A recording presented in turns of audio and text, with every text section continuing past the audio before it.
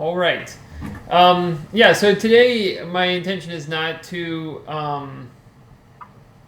introduce any new material, but I want to just answer your questions on the lab and make sure we're all set up for success so that tomorrow you can turn them in and have that working.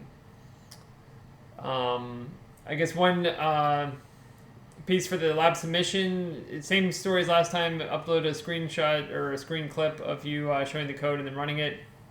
But just, if you could, at the end of your screen clip, run your code 3 different times and show me that, the ships are in new locations each time. Okay? Other than that, it should be the same thing. So, any questions?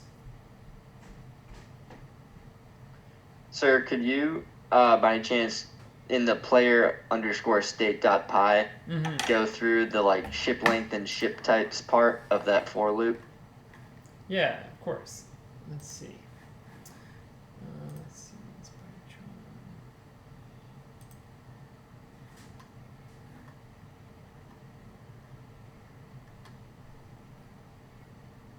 So this is place ships that we were talking about?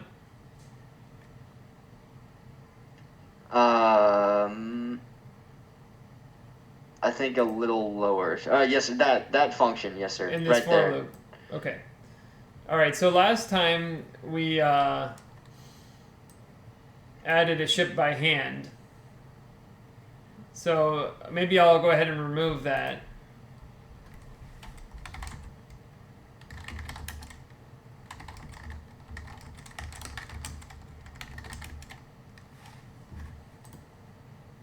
Okay, so now we're to the pristine state of this function.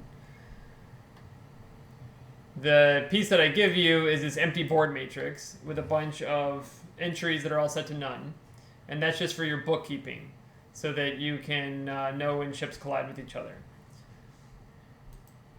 The loop here in line 40 is where you need to go through and place each ship on the board. You need to create a ship object. The ship is defined by its bow location, its length, and whether or not it's vertical. Right? The only, the length is given to you. The others are randomly generated or need to be randomly generated. Right? So at the end of this function, place ships, you should have 5 ships in memory. And none of them should collide with each other, and none of the bows and sterns should be off the board. They should all be valid. Okay? To create those ships, I'm going to give you the length, and you're going to randomly create the other parameters, the bow location and whether or not it's vertical. So this for loop here says, hey, go through all of the ships that need to be on this board. I want a ship of length 2, of length 3, 4, and 5. That defines battleship. If you want to change this array while you're testing, so it's just one aircraft carrier, that's fine, right? Or a bunch of tiny ships, we can change the kind of flavor of the game by adding or removing, altering those values. Okay, you could create a crazy game of battleship where there's a single length 10 ship, the mega carrier. Okay, your place ships should operate the same regardless. It's going to go through each one of those ship types. And really, it's not a ship type. It's not an aircraft carrier battleship. It's a number. Okay? And you're going to create the first line of code should be something like new ship. And you should call the constructor to build this ship. Okay? And what should the length parameter be? Would it be like the ship types of like the first index of ship types? Well, no, it should be ship length. Remember, the way for loops work in Python is a little different than in C. It's exactly the same as how MATLAB does for loops. That ship length takes on the value of 2, and then takes on the value 3, and then 3, and then 4, and then 5.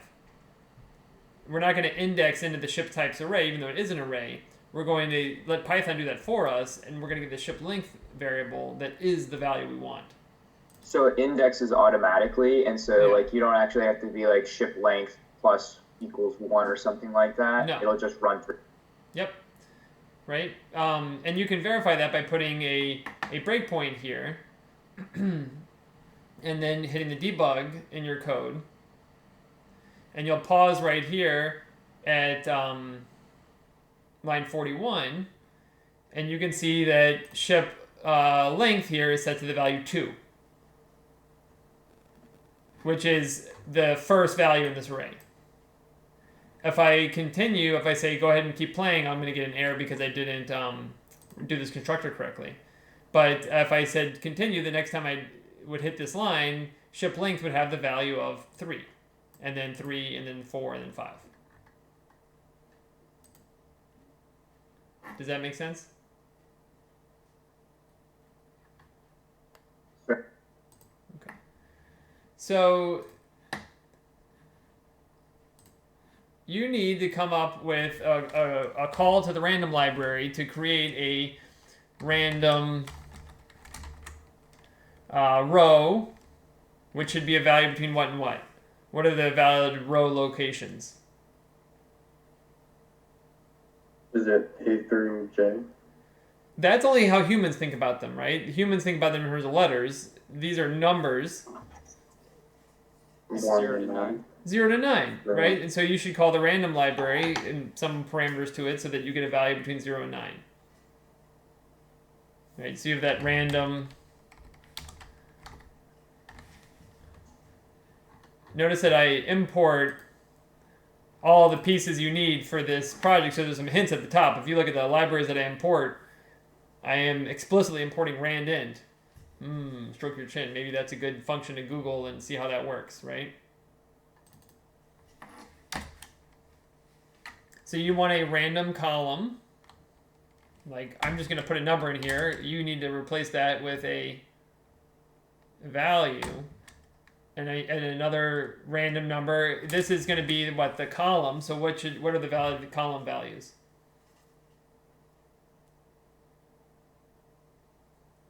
Zero through 9. Again, same thing. So the same random call that you use for the first part can be used for the second part. And then is vertical. That's just a 1 or a 0, right? A true or a false value. Sir, Yeah. were you planning on recording this class? Yeah. I'm recording it right now. Oh, okay. Yeah.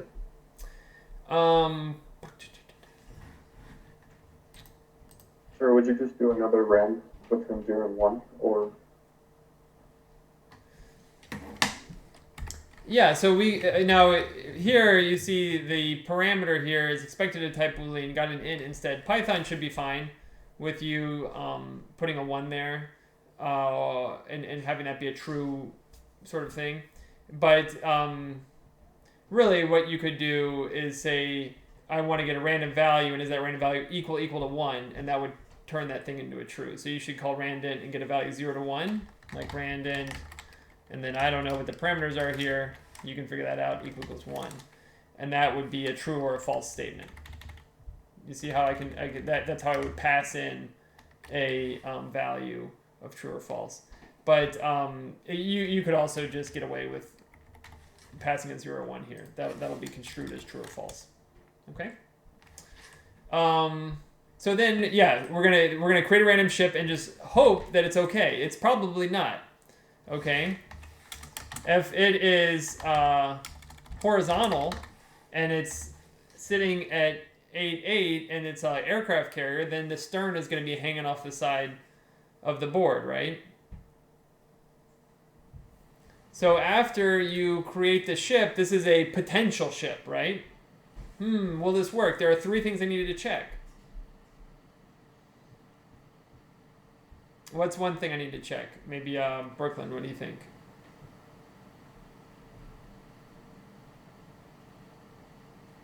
Maybe like the length that the ship that's placed is. So how do you mean, like I'm given the length, I'm saying, hey, this is 5. Like the ship is of length 5, right? Ship length here. So what are you checking that against? Where it's placed on the board. Okay. Yeah, so I've placed it at location 8. What's going to be bad about that? What's my if statement looking like here? What are you checking for?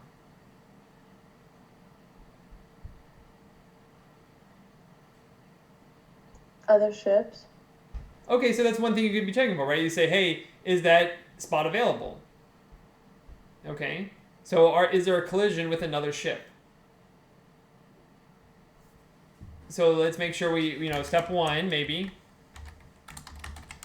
Check if all spaces are available. It's not just whether that row column coordinate is available, it's whether every spot for that 5-block ship is all available. So if you need to do something a certain number of times, what are you thinking? What kind of code structure are you going to look for there?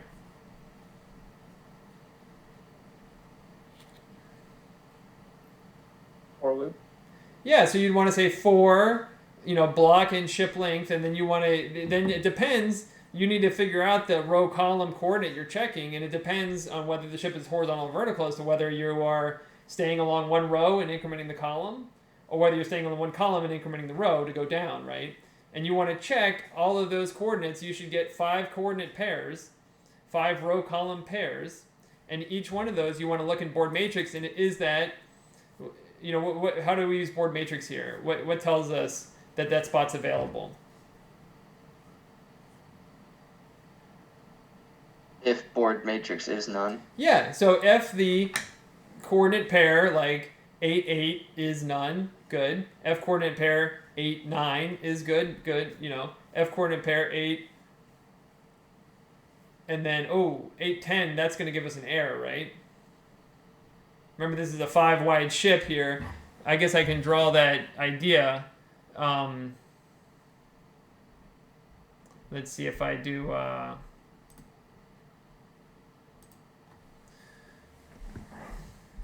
could. My game board is here.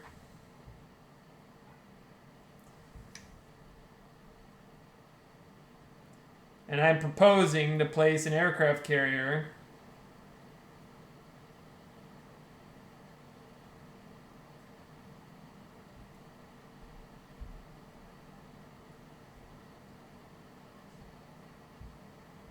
I suppose that's the stern, right?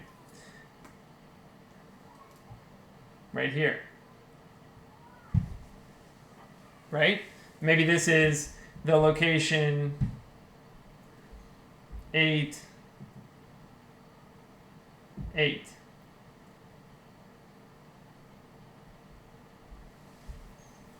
Right? So that it's not vertical, it's horizontal, so that's what that means. And so I want to check in the board matrix, is this spot, the first spot, is that none? That's 8, 8. This is 8, 8, 9. This is, right? And then I guess I drawn my my aircraft carrier a little bit incorrectly here.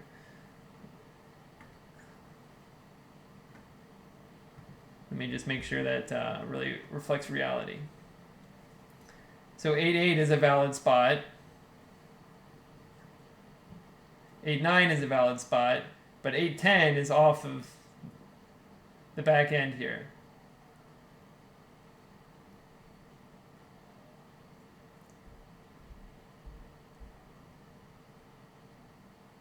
Okay?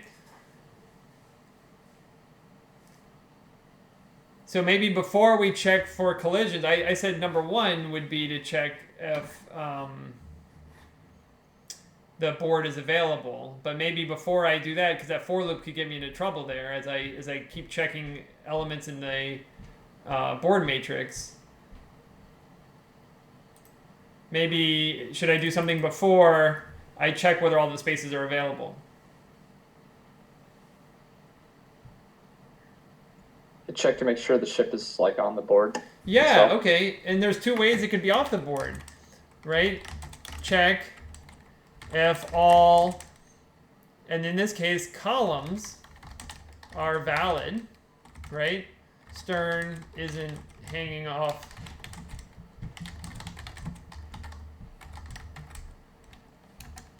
And number 2 then would be, what's the other way you could fail?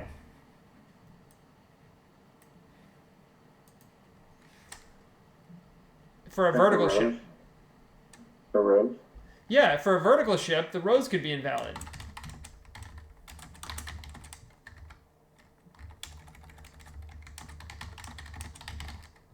And that would be the stern hanging off the bottom. If I could type. Right? And then if those two checks pass, then I should go into board matrix and make sure that all those slots are none. Okay? Do you see that? And if all of those are true, then what do I do? How do I update my data structures to say, good, my new ship is a valid ship and I am ready for the next one? What's the self, remember self is how this object is storing data. Where do I stick the ship to indicate that it's now part of my player state object? Like you see in the constructor, I've got all of the data structures that define my object. Like if it was a car, I would, the color, the make, the model. What variable is storing the ships? Ships. Yeah, underscore ships. So underscore ships. And the type of this variable, it's like a hint to you as well as to PyCharm that it should be a list of ship objects. Right now, how many ships are in it? When you first build the player state, how many ships does it have? The constructor, does it put any ships in there? No. Has none. It's empty, right? So we need to use the append method. Remember, this is all, everything's an object. So the self.ships.append, right?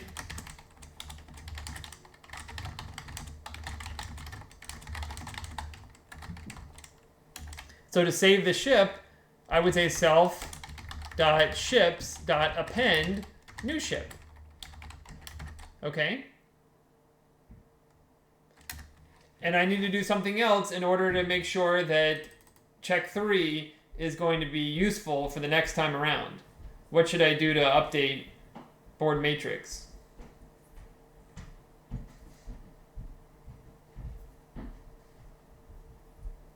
Set them to true. Not just Or, like, true, but not actually none. point them to the ship. Right now they're equal to none, so then you need to go through and update the board matrix. So every space where the ship lies points to that ship. Okay, we have a single ship in memory. If you remember back from Monday, I can have a lot of variables that all point to it. Okay, so everywhere in board matrix where the ship lies, I'm going to set those equal, not to none, I'm going to set them equal to new ship. Right, so I'm going to say board matrix, and then at least one coordinate that I know right off the bat is 8, 8. Right, board matrix 8, 8 equals new ship.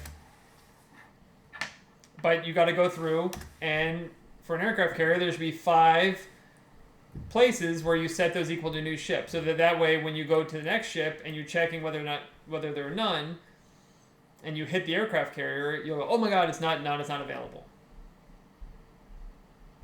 Okay? Does this make sense?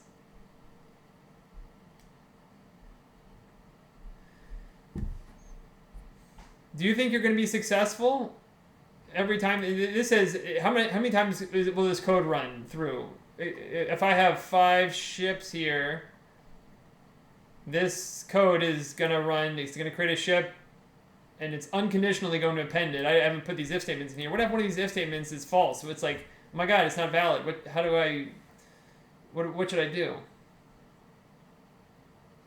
You could run it in like a while loop or something like that. To say like, while there's an error there, keep going until you get it right. Right. So inside my for loop here, I've got a new mission to create a new ship. It might take me a long time, right? I could say while not valid. Okay. And do this here. And let's assume that it's not good. Okay. if, and I'm just going to make that up, if bad columns, right?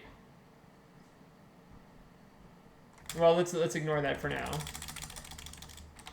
I'm going to have to do something in here. Let me just put pass. But if I get all the way through all these checks, what should I do to not valid? Equals, I made it through all these without doing whatever I'm going to do when these if statements get hit. So that means they're all checked off. What should I do to not valid? Make it false. Well, it is false, right? Or sorry, not valid. Here I am, double negatives, right? Let's do this. While not, and then okay, here we go. Sorry, that makes more sense. Valid equals true here. Do you get that? Sorry, I'm confused by putting an underscore up here, but we're gonna have a flag that tells me whether my ship is good. I'm gonna be pessimistic. I'm gonna say I don't think I'm gonna get it right the first try. Okay, so that means that I'll start executing this loop. That loop creates the ship. Okay. And if I can get through all these if statements without doing, some bad action, then I say it's true, and then I'll break out of this loop. Okay? So what does the pass mean again? Pass is like a stub saying, like, I'm going to come back to this. All right, so let's go back to this now and remove that word pass. It means, like, no operation. Just unfortunately, it's a syntax error if you leave an if statement without any body. So if you want to have an if statement that you're going to come back to, you need to put something in it. Like you could say print, I'm coming back later, right? But then that might make your code look weird. So you can just put pass, and that will be syntactically correct, and your code will still run, and you can come back and put the body of the if statement in later. Okay, so if it's bad columns, is there any reason to check if the rows are valid? Like if you know that the stern's hanging off the board, do you need to check if the stern's hanging off another part of the board as well? No, I mean, it's a bad ship. And in fact, you better not check if all the spaces are available, because that's going to be an indexing error in the board matrix. You're going to be checking board matrix space 13, and that's going to be a Python error like, hey, there's not a 13th element in that array, so not only is the ship not valid, but your whole program will crash. All right, so I want to make sure that once I find that this condition isn't met, that I don't go and execute the rest of this loop. That I skip the rest of it and I go right back to the top and make a new ship.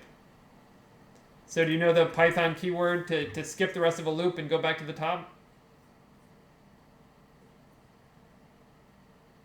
You break?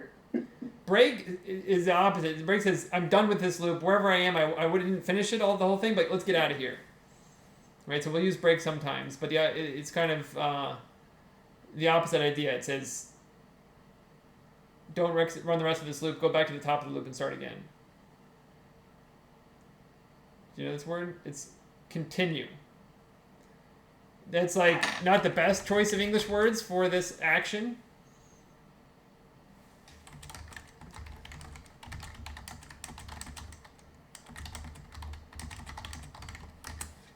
Okay.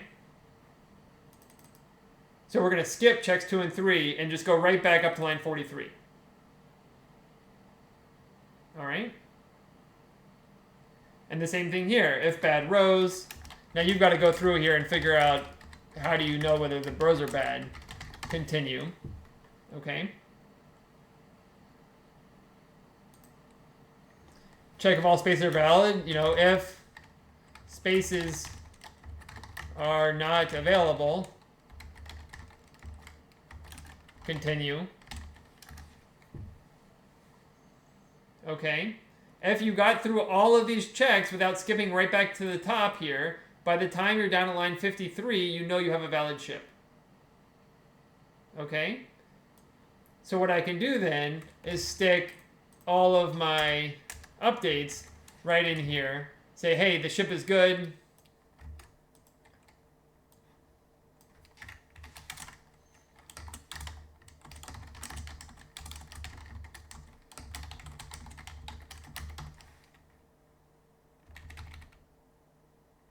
Okay.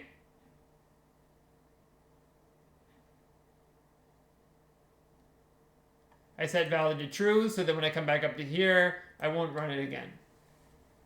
You could also use the word break here. That would work well, but that's fine.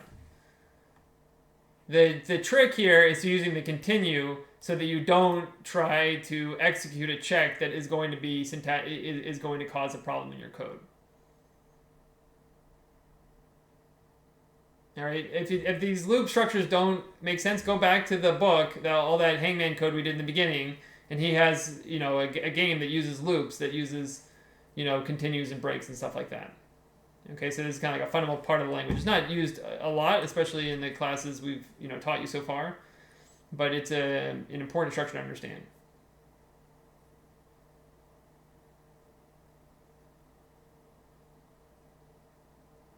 Okay, if you get this all squared away, the code down here will use that board matrix,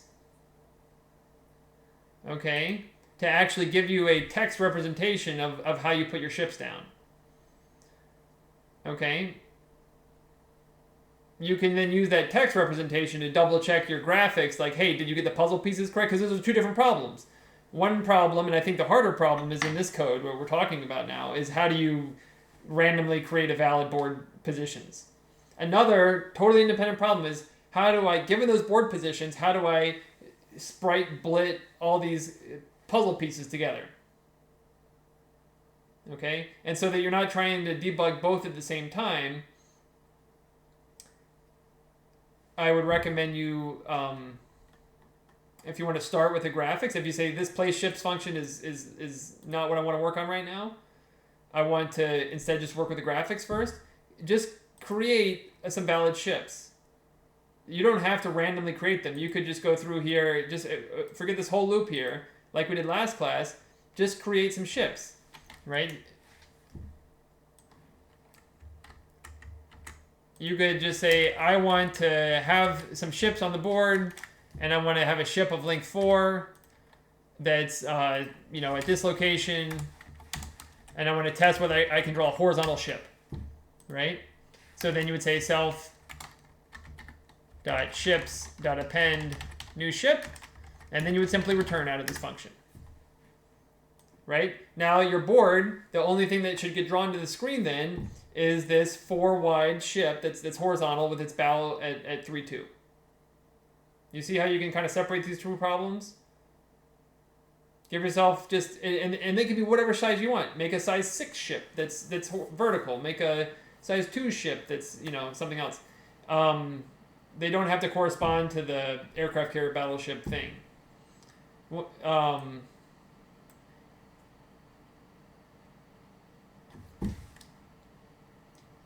And similarly, if you tell me, hey, I want to get this out of the way right now and not have to worry about the graphics and the blitting, okay, if you get this correct and you look at the game board, the actual Pygame screen, it's going to be depressing. Like, I did all this work to place these ships, but I don't see a result, because you haven't written that code yet. Then go ahead and go to human.py here.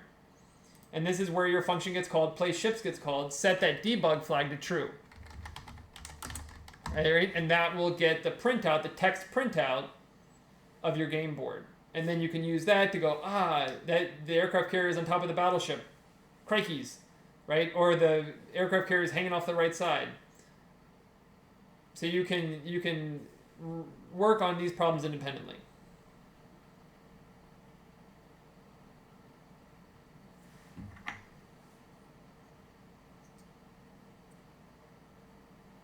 All right, that was a long answer to the first question, but I think it's probably the meat of the problem here, so that's why I kind of went in more depth.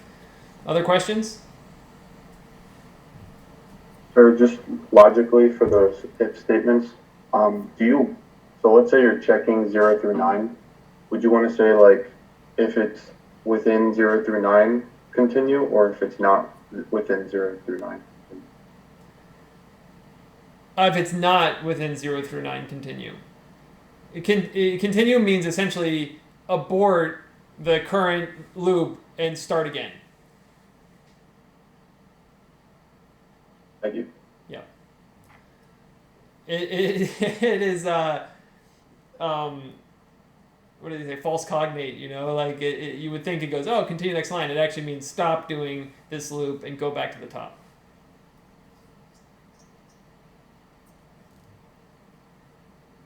Sir, can you explain again what the logic is with the objects? So not each ship, like the 2, 3, 3, 4, 5 ship, like they don't each have their own object. They're part of an object called ships. Is that right? So let me see if I understand your question. You're looking at where I say append on line 55?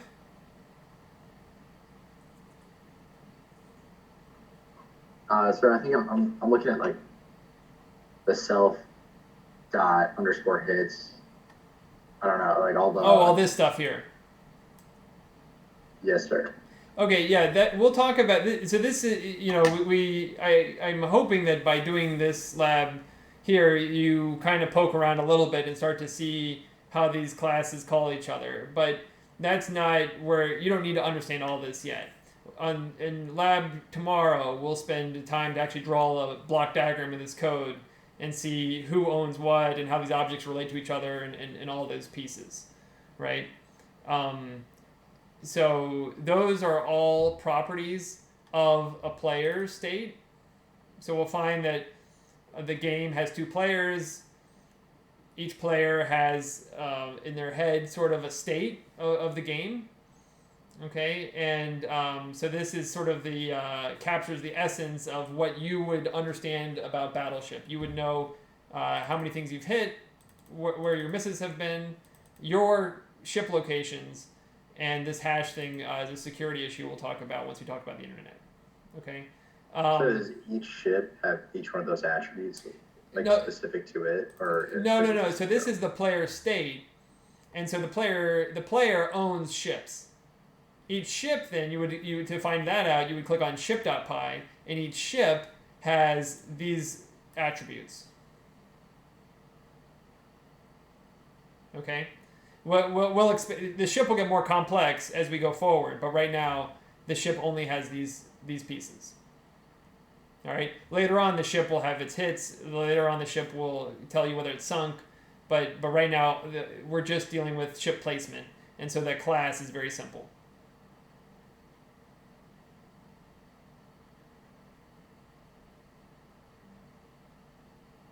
But we'll really dive into the structure of this code and how it all comes together tomorrow.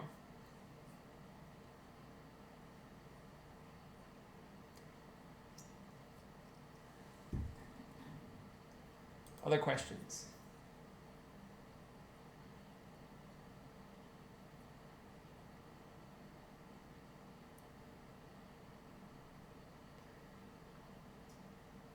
So as you work on this, I certainly hope you've started. If you haven't started, I think it's going to be, this is a big project, right? These are difficult code structures to understand and to use. So please budget some time today if you haven't looked at it yet. Do it. I think I mentioned this in the beginning, but I'm quite willing to flex the schedule based on your requirements. You tell me, hey, we're all under COVID lockdown and we can't access computers. That's sort of a something we can't control. So if that's the case, let me know early in the week that, hey, this is looking hard or whatever, right? I will not grant any extensions within 24 hours of a due date. What I found is that typically that's when someone realizes they haven't started the assignment early enough, and it's not fair for those that have started early and manage their time. So I have a great track record of saying yes to any requests as long as they're reasonable and submitted ahead of time. So please, if you have questions, I will try to answer them throughout today and in a reasonable time in the evening. But I expect this to be ready for tomorrow. You're also, collaboration is totally encouraged. So I know it's awkward these days with Zoom, but maybe you are able to meet in a library. If you want to work on this together in any size groups, that's totally fine, right? I would just ask that you annotate that in your code comments to say, hey, Brooklyn and I, really worked hard on this player state together, and so our code looks pretty similar, right? Can be a total team sport here, and down to the idea that you guys are just writing it together. Now, I don't want to see everyone uses Brooklyn's code, and then when I asked, just to pick on somebody, Kyle, like, hey, how does this loop work? And you're like, well, that's Brooklyn's loop right there, So you should own your code. You should totally understand why it works and how it works. But if you work very closely with other people to make it work, that's good. That's how it should be. Okay?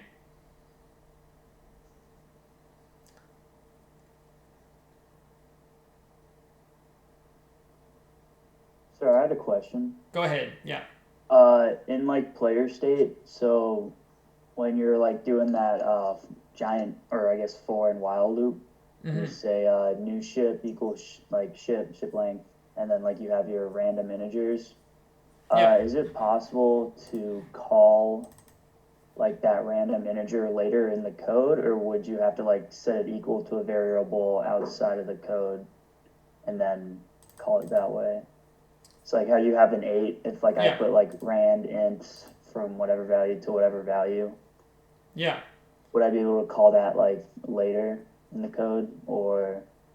So rand int is a function, and you can call it as many times as you like. Right, but like that specific value of. Oh, whatever came out of it. Then if you wanted to preserve that, then yeah, you'd have to make a value like my first rand int equals that. But since it's part of the ship, right, you can then access that right here. You say new ship dot row. Okay. Right, so that's how we would then use that value. So in your for loops and ifs, when you check for bad columns and stuff, you don't need to know what came out of the randint function directly. You can get it indirectly by accessing the attribute of that object. Okay. Right, and similarly like ship, if ship dot is vertical, that could be a question. Right? Maybe you actually don't need to check bad columns if the ship's vertical. In fact, you don't, right? It's going to be a tall skinny, and it's not going to be off in a weird column. So that's how you would use the ship object. Sorry, new ship. Does that answer your question? Yes, sir. Thank you. Great. Sir, my graphics, like when I cut out the ship, it still looks pink instead of like it still has the magenta stuff on it. Good. Yeah. So make sure in sprites.py that you append the sprite onto the sprites array, because at the bottom of this code, it goes through for sprite in that sprites array and actually trims out the magenta. So you won't get an error if you don't put it in this array, but you won't get the transparency effect.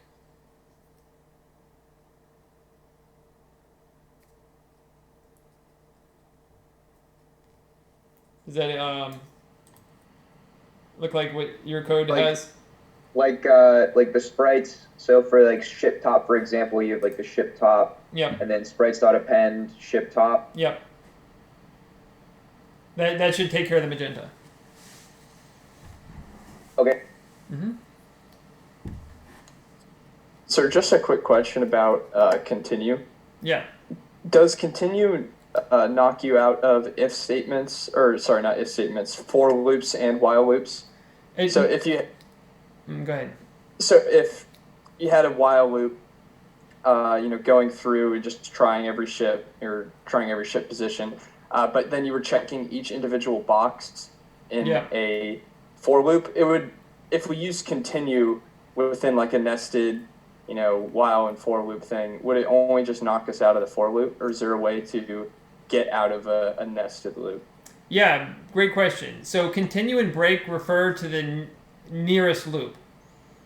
They work fine. Like if statements aren't loops, those are conditional, so that doesn't affect anything. But if you have a for loop where you're going through like for each cell in this ship, is it okay? If you put continue in there when you decide it's not okay, you'll actually just go and redo the same for loop again. Yeah. So that's not what you want. You want the break keyword there. The minute you find the first bad cell, you should break out of the for loop right? There's no reason to check extra parts of that ship. Mm-hmm. Or just set a is valid flag to false so that by the time you are done with the for loop, you realize, hey, that for loop didn't, give me bad juju, then continue. Okay. Right? So you'll need to track the state of the for loop independently and then use continue. Okay, thank you, sir. Yeah, great question.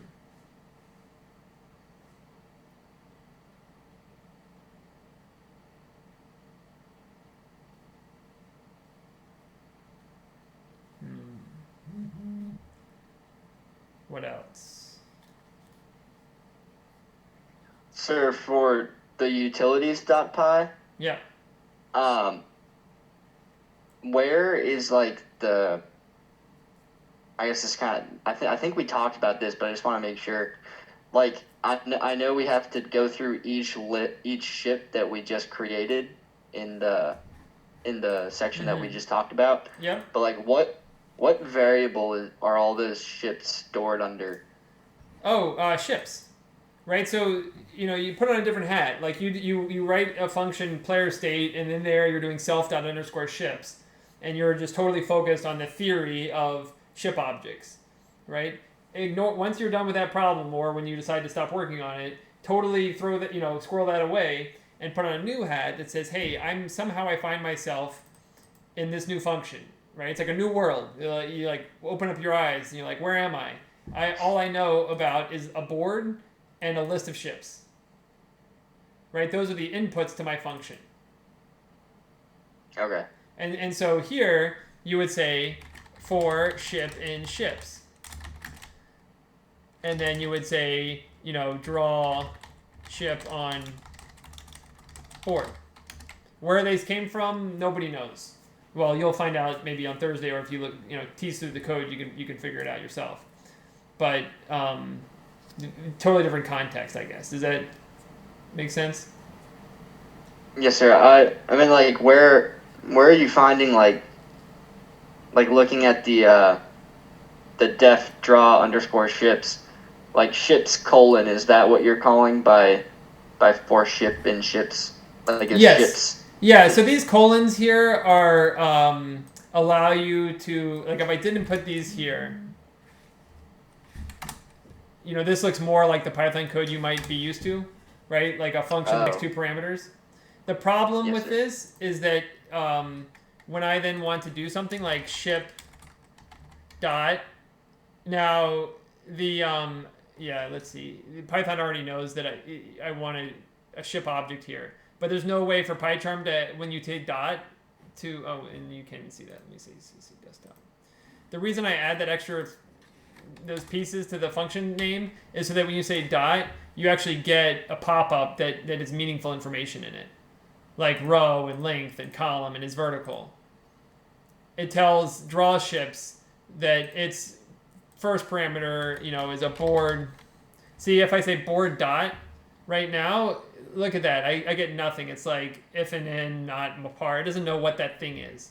I might as well call it gremlin. Right? And then I'm sitting there like, how do I deal with a game board, What I can do is something called a type hint and add those colons here. And I don't want you to write code, like, you don't need to do this, but this colon here says, hey, that board thing is actually a game board. So then when I say board dot, you see I get add sprite. That code completion is more helpful. Right? So you can choose any word for board. Yeah, it could be called gremlin, right? Dot add sprite. Because it relates to the game board. So yeah. Okay, that makes sense. Thank you, sir. Yeah, those are called type hints, and you don't need to add them. But if you do, it can make the PyCharm experience a little more friendly. Is there any way to pull the ship length into utilities, even though it's like do they tie together at all? Because you were using ship length in the other one, but it'd be useful when editing to know like the number of pieces to add. Oh yeah, but remember, ship's length, that's the looking at the rule book. It's like open up Milton Bradley's like how to play Battleship, and you're like, oh, I should have a carrier, this and that. By the time you're at this draw ships function, somebody else has already decided the ship location, whether they're vertical, and also their length. So you would say, you know, for I in ship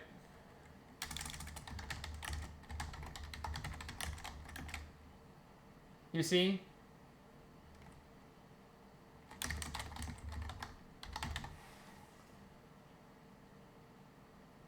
So at this point, the ship has a length. And so, you know, the first thing is to, step 1, add bow segment. And then step 2 would be interior segments. And that would be some kind of loop like this. Maybe it wouldn't be the whole ship.length range because you have the bow and the stern to chop off and to consider. Right? And then step 3,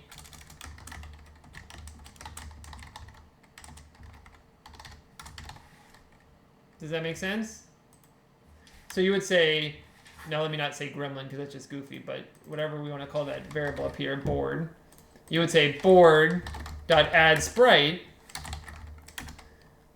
And remember, this is a little helper for you where you can just give it the tile as well as the row column coordinate and not the actual pixel location. This function figures out the pixel location for you. You need to figure out if it's a vertical ship, you need the ship top. And if it's a horizontal ship, what sprite should you be using for the bow? If it's vertical, you should use ship top, and if it's horizontal, you should use ship left. Good, yeah, so there'd be a question here. You would say if ship dot is vertical, then you would want to say board dot add sprite, and then be sprites dot ship top. You see? And then the location for that would be at ship dot row ship dot column. And make sure that we put these in parentheses right here, because it wants a list, the XY kind of in a list there. Okay. And then for the interior segments, you'll have to do the bookkeeping to either keep the row fixed and increment the column if it's a flat ship, or keep the column fixed and increment the row if it's a long skinny ship, right? If it's a vertical ship. And at the end, you're going to stick on the stern segment, and that'll be either ship bottom or ship right, depending on whether the ship's vertical or not. Okay, so you see how within this function here, you use the ships you're given and the board you're given, and you don't care where they came from.